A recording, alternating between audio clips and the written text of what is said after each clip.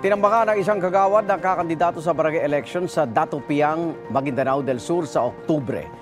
Sinibak naman ni Pope Francis sa serbisyo isang pari sa Eastern Samar. At narito ang unang balita.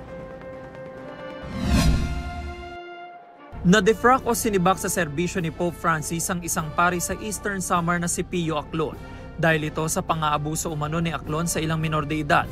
Inanunsyo ito kahapon September 17 ng Diocese of Borongan. Hindi na maaaring manilbihan si Aclon bilang pari. Wala nang ibinigay na iba pang detalye ang simbahan. Sinusubukan pangkunan ng pahayag si Aclon.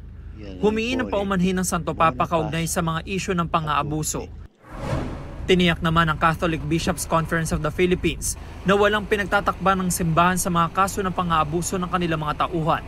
Bumuo na rin sila ng opisina na tutulong maprotektahan ang kabataan sa pang-aabuso. 2 patay matapos ang pumaril sa isang bahay sa Cebu City. Sa imbestigasyon mag-alas 2 sa madaling araw kahapon nang pasukin ng mga hindi pa nakikilalang salarin ang bahay ni na Rolando Bangkal at Renina Tinapay at binaril sila habang natutulog. Nakasuot daw ng helmet ang mga salarin. Ayon sa pulisya, kilala sa lugar ang 2 biktima na sangkot umano sa ilegal na droga. Isinailalim na ang kanilang katawan sa autopsy. Patuloy ang paghahanap sa mga salarin.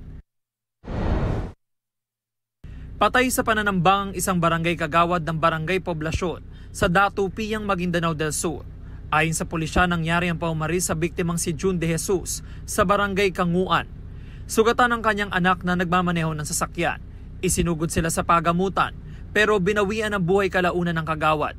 Si De Jesus ay tumatakbo para sa Barangay and Sangguniang Kabataan Elections sa Oktubre. Inaalam pa ng pulisya ang motibo sa krimen. Ito ang unang balita. James Agustin para sa GMA Integrated News. Igan, mauna ka sa mga balita. Mag-subscribe sa GMA Integrated News sa YouTube. Sa mga kapuso abroad, subaybayan nyo kami sa GMA Pinoy TV at sa www.gmanews.tv.